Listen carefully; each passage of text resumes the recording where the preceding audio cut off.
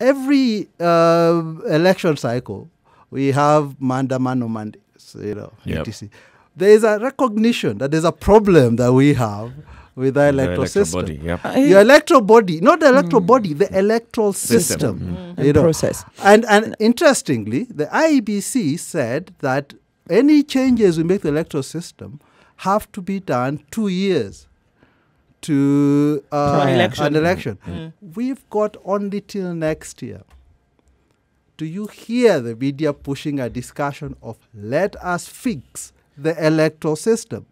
Or are we waiting till the politicians decide, well, now it is time for us to have And then we shall report that the politician has actually said this. I think to a certain extent, the media feeds into our political frenzy. The media understands.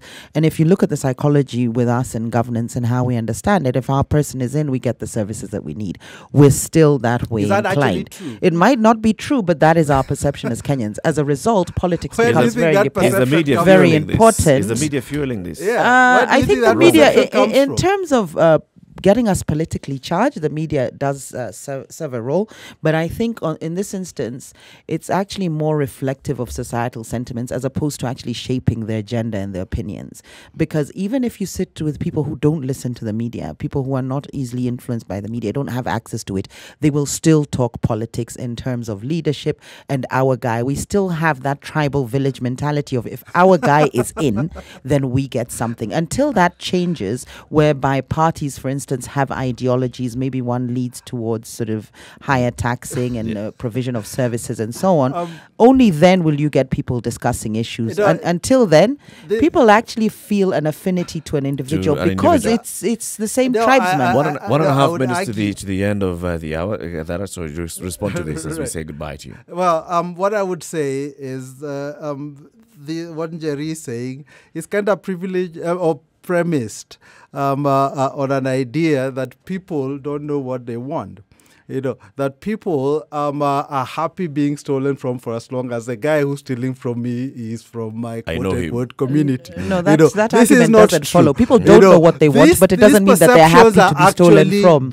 Actually engendered by media, by how media reports. When media says, for example, if Mudavadi gets a position in cabinet, the lawyers have been gifted, have been rewarded. This is how we create these perceptions, by how we utilize our language, how we utilize our platforms to frame issues. And if we do that consistently, people will start thinking. People are conditioned to think in a certain way. But I think the media came after. The media came after this conditioning happened. The media came after people experienced. No, we never used to speak like this in the Moi era. You couldn't. You didn't talk about this community being privileged. This community being privileged. It was always there. And actually, it's a function at the very end of how our state is constructed.